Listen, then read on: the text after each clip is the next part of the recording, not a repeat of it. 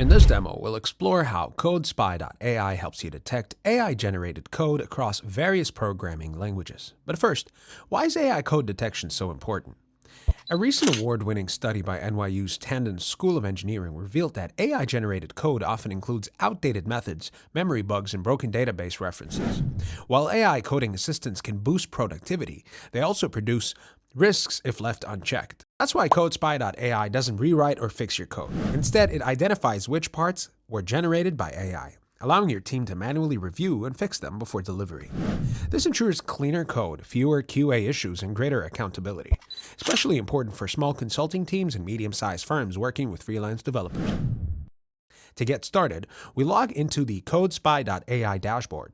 On the left-hand side, you'll see tabs for managing reports and projects. On the right, there's a prominent New AI Scan button. Clicking it opens the scan interface, where we first select the programming languages from the drop-down menu. CodeSpy.AI supports all major languages used in modern development workflows. For this example, I'll choose Java, but you can select any other supported language from the drop-down and paste it in your source code to begin the analysis. After clicking Analyze, the tool scans the code and quickly returns a detailed report. In this case, it detects that the code has a 98% likelihood of being AI-generated. Now let's look at how the results are presented.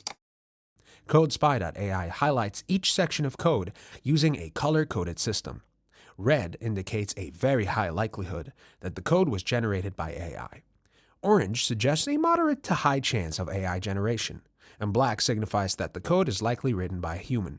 Next, I'll paste in a segment of human-written code. After analyzing, we can see that most of the code is highlighted in black, confirming it as human-generated. That makes it easy to visually distinguish AI-generated logic from original, developer-written code. And that's it. Thank you so much for watching.